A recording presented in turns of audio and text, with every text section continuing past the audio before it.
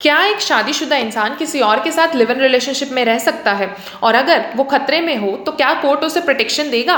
हाल ही में Allahabad high court में ऐसा ही एक मामला सामने आया जिसने लॉ और पर्सनल फ्रीडम के बीच की लाइन को फिर से चर्चा में ला दिया। एक कपल, दोनों पहले से शादीशुदा, कोर्ट पहुंचते हैं। उन्होंने कहा कि वो हस्बैंड एंड वाइफ की तरह साथ रह रहे हैं, लेकिन उन्हें जान का खतरा है, इसलिए पुलिस प्रोटेक्शन चाहिए।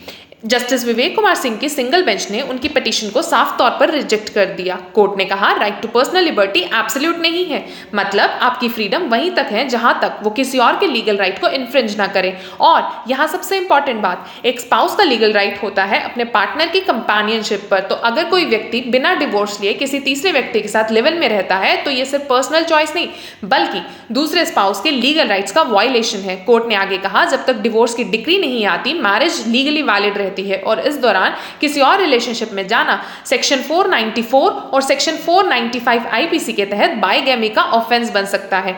इसी वजह से कोर्ट ने कहा, हम ऐसी प्रोटेक्शन नहीं दे सकते जो इनडायरेक्टली एक इलीगल एक्ट को प्रोटेक्ट करे। लेकिन कहानी यही खत्म नहीं होती। सिर्फ 5 दिन बाद ही उसी इलाहाबाद हाई कोर्ट की division bench justice J Munir और जस्टिस तरुण सक्सेना ने एक अलग व्यू दिया।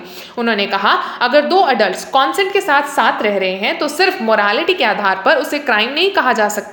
यहां तक कि कोर्ट ने कपल को प्रोटेक्शन भी दिया और पुलिस को उनकी सेफ्टी इंश्योर करने के निर्देश दिए।